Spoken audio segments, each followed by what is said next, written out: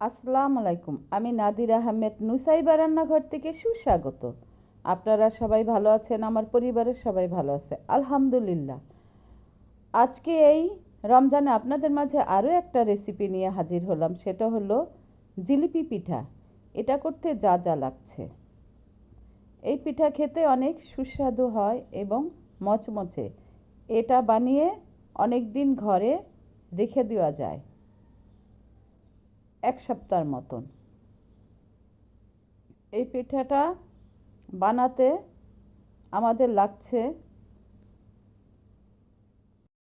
চুলায় একটা প্যান বসিয়ে 2 কাপ চিনি দিয়ে দিলাম মেজারমেন্ট কাপের, আর 1 কাপ পানি দিয়ে এবার এটাকে জাল করতে থাকবো নেড়ে চেড়ে। এর ভিতরে 1 চা চামচ লেবুর রস দিয়ে দিলাম যেন শিরাটা বেশি ঘন হয়ে না যায়, আর জর্দার রং 1/2 চা চামচ দিয়ে এটাকে নেড়ে চেড়ে যতক্ষণ না ফুটে উঠলো ততক্ষণ পর্যন্ত জাল করতে থাকবো। আর 1 চা চামচ এলাচ গুঁড়া দিয়ে দিলাম ফ্লেভারের জন্য। খামির করার জন্য একটা বাটিতে 1 কাপ আটা বা ময়দা নিয়ে নিলাম, আর 1 চা চামচ ইনো পাউডার নিয়ে নিলাম, আর 2 টেবিল চামচ ঘি। আপনারা ইচ্ছে করলে তেলও দিতে পারেন মচমচা হওয়ার জন্য। এবার আটার সাথে ঘিটা আমি ভালো মতো মেখে নেব, আর পানি নেব 1.25 কাপ। পানি কিন্তু এখানে যা আছে সেটাই দিতে হবে, এর থেকে বেশি দিলে কিন্তু খামিরটা সুন্দর হবে না। এবার আমি হাত দিয়ে খামিরটাকে ফেটতে থাকবো অল্প অল্প করে পানি দিয়ে। এই দেখুন আমার খামিরটা কি সুন্দর হয়ে গেছে। এবার একটা কেচাপের বোতলে ভরে আমি এই জিলিপি পিঠাটা বানাবো। আপনারা ইচ্ছা করলে পাইপিং ব্যাগেও ভরে বানাতে পারবেন বা বোতল ছিদ্রি করে। আমার কাছে কেচাপের বোতল আছে, আমি এটা দিয়ে বানাচ্ছি। এবার তেল ভালো মতো গরম করে নিতে হবে যেন একটা জিলিপি পিঠা তেলের ভিতরে দিলে উপরের দিকে উঠে আসে। তেল ঠান্ডা থাকলে কিন্তু এই পিঠাটা হতে চাইবে না, এর জন্য আমাদের ফুটন্ত গরম তেল লাগবে। এবার একদম ঠিক জিলিপির মতো পিঠাগুলো বানিয়ে নিব। এই দেখুন আমার পিঠাগুলো কি সুন্দর বাদামি কালার হয়েছে। যখন বাদামি কালার হয়ে যাবে তখনই বুঝবো পিঠাগুলো ভাজা হয়ে গেছে। এবার একটা একটা করে উঠিয়ে নিব।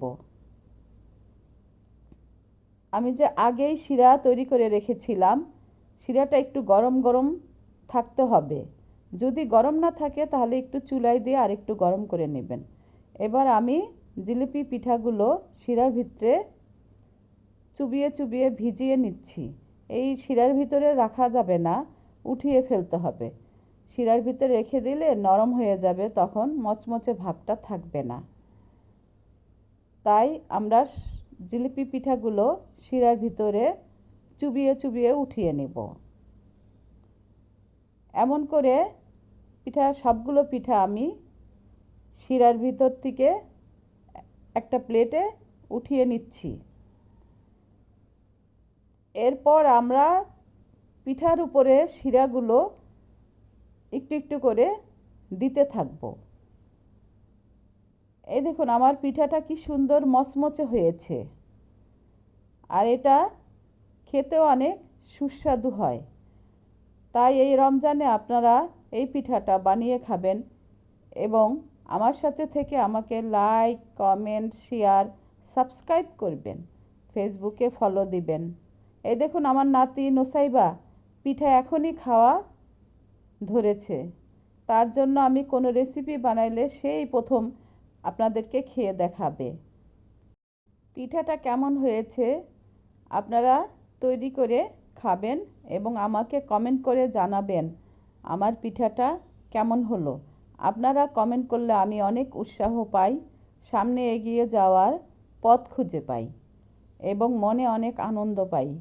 আপনারা অনেকেই মনে করতেছেন ইনু পাউডার আবার কি, অনেকে চিনে না। তাই আপনাদের বলে দিচ্ছি, ফার্মেসিতে পাওয়া যায়। এই পাউডারটা কেউ যদি পেটে সমস্যা হয় তখন খেয়ে নেয়। এটার ভিতরে বেকিং সোডা, বেকিং পাউডার সবই আছে, তাই আপনারা ফার্মেসি থেকে নিয়ে নেবেন। এটা দিয়েই এই পিঠাটা বানাতে হয়। আজ এই পর্যন্তই। আল্লাহ হাফেজ।